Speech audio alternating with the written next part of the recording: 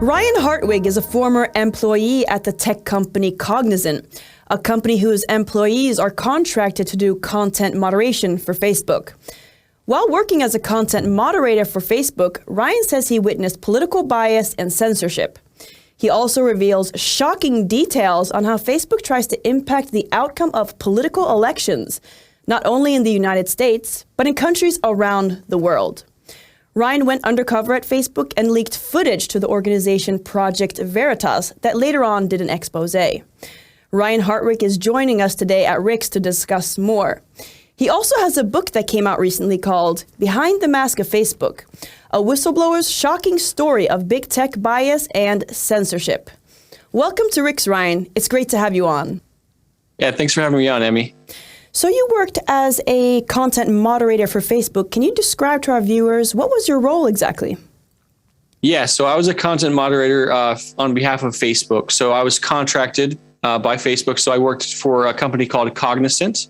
And so we did the content moderation. So basically my job was to review posts, comments that have been reported on Facebook and Instagram and make a decision whether those stay on the platform or whether they get deleted.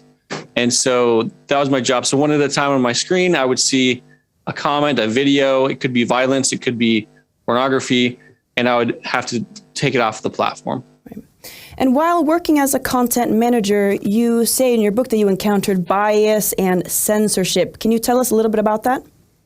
Yeah, so as a content moderator or content censor, I did witness bias at Facebook. So I was there for just under 2 years. And so I documented all this bias in my book, Behind the Mask of Facebook. But basically, I saw that there was a double standard. That if someone had conservative values or a right-leaning ideology, that Facebook designed their policies in such a way to punish those types of people. So that type of content would get deleted more often than other ideologies. Could you give some concrete examples? I know you mentioned in your book that Facebook, for example, tries to influence the outcomes of political elections in countries like Poland, Hungary, and Spain. Could you tell us about that?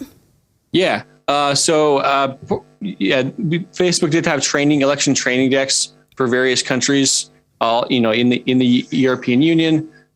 So I saw training decks for those countries, and I worked on queues in North America and Latin America extensively. And so one example that I saw is that in Venezuela, there was a call to arms for a revolution in Venezuela, and Facebook told us to delete this call for arms.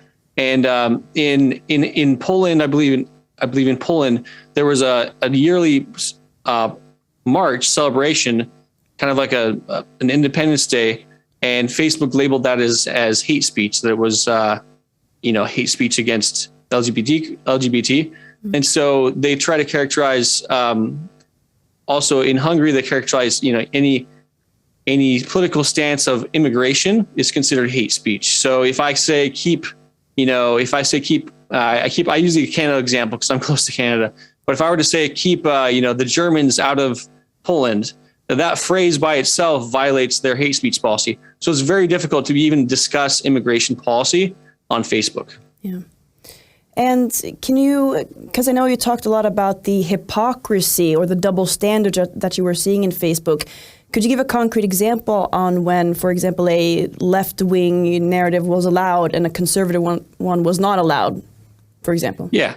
There's one example is with people that were protected on Facebook. So Greta Thunberg, as you know, is a climate activist, mm-hmm. and she was being attacked by people on the internet. They were calling her retarded.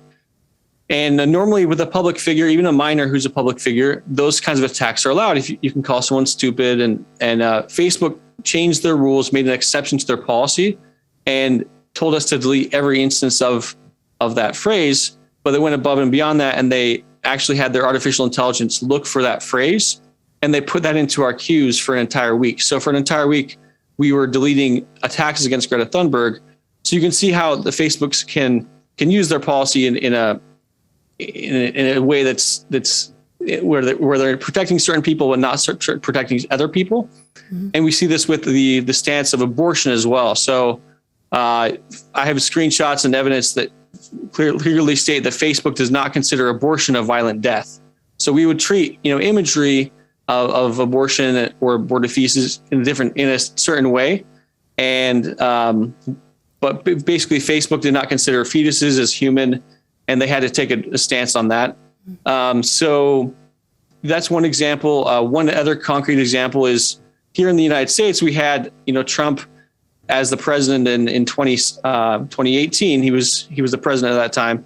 And there was a viral video of a Trump supporter being attacked. So that would have created sympathy for Trump supporters, right? And Facebook told us to delete this viral video, and they gave a very flimsy excuse for deleting it. So those are just a few concrete examples. There's more than 40 examples I have in my book about this kind of bias. Do you think that these tactics are powerful enough to actually influence the outcome of elections, for example? And if so, what do you think it does to democracy? I definitely do think that Facebook has the ability to influence elections. Like I mentioned previously, they do have training decks for pretty much most countries in the world. Even, we're seeing this issue in Afghanistan right now where the U.S. pulled out of Afghanistan. Facebook even has a training deck for the Afghanistan elections. And so, I monitored closely the Mexican presidential election in 2018. And also I took down content from Canada's election. But Facebook told us to monitor like humorous and satirical trends, humorous posts about the election. So it's not just enforcing election law. They're looking for these trends and how they're using them.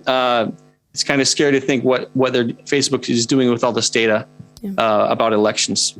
Mm. So within the conservative movement, I believe that there are two camps on how to solve this issue. One camp says that Facebook is a private company and they should be able to do whatever they want. And if you don't like their ways, then you should just choose another platform. Another camp says that government should regulate Facebook and other platforms. What do you think of this? Yeah, that's a really good question. So it all goes back to the beginning of the origin of why Facebook has this ability to censor content.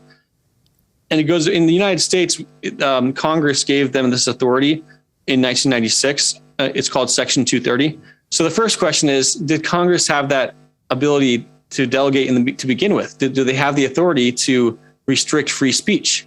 And we know that technology's changed a lot in the last 10 years, where now Facebook, almost a third of the population uses Facebook. It's a de facto town square, public square. So it really has become more of a public domain, and they're acting on this authority from Congress. So they're essentially already a government agency. And so I think you have to, you have to understand the argument in that context. So, yes, they are a private company, but they are restricting free speech. They're acting, and they're restricting liberty and property in the United States. We have the Fifth Amendment that protects us from, gives us due process under the law. And right now, most people do not have due process. There's no recourse. If you get banned off of Facebook, there's no way to go through the courts to be restored. And like you said, Facebook influences 1/3 of the entire world's population. I mean, is this a threat to our democracy, you think? Yeah, I think it's a threat to our democracy. I think worldwide it's an issue.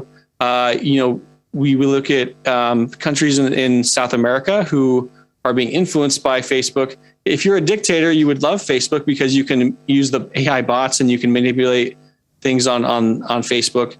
And sometimes Facebook turns a blind eye to this, or maybe it's not a priority. So clearly the US elections in 2016 2018 and 2020 were a priority for Facebook. What's fascinating to understand is before the 2016 election, there were hardly any content moderators in the United States. But after Trump won, Facebook hired a lot of content moderators in the United States, which is very expensive. They're choosing winners and losers. They have training decks in pretty much every country throughout the world. So yeah, the fact that you have a private company who's accountable to pretty much nobody, taking actions on elections worldwide, is really a scary thought. Regardless of your political ideology, having one company have so much power over our world's elections is very frightening. Well, your book, Ryan, is very interesting. And of course, I recommend that everyone goes out and gets this book. Where can they get your book? Yeah, so the easiest way to get it is on Amazon right now. There are some alternate websites, at least in the US, bookshop.org and IndieBound. And I'm hoping to possibly, if we have the chance, maybe translate it into Swedish. And but yeah, right now, the easiest way is probably a digital version on Amazon. Well, that would be fantastic if you can get the book in Swedish as well. And what are you doing now, Ryan, and what are your future plans? Yeah, so I went public a year ago as a whistleblower. And so it's been a year. I've done over 133 interviews throughout the world talking about censorship issues and the influence Facebook has on these countries. But right now, me and my wife just had a child, so we are. Oh, congratulations!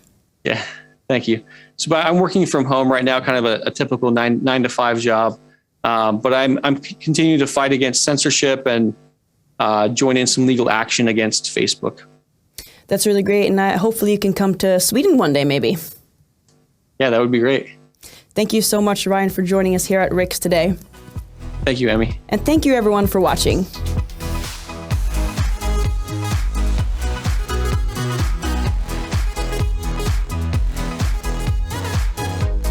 Hej allihopa och tack så jättemycket för att ni tittar på Riks. Glöm inte att prenumerera på våran kanal genom att trycka på knappen här nedanför. Och om ni vill ha nya notiser om de videos som vi lägger upp så tryck på ringklockan.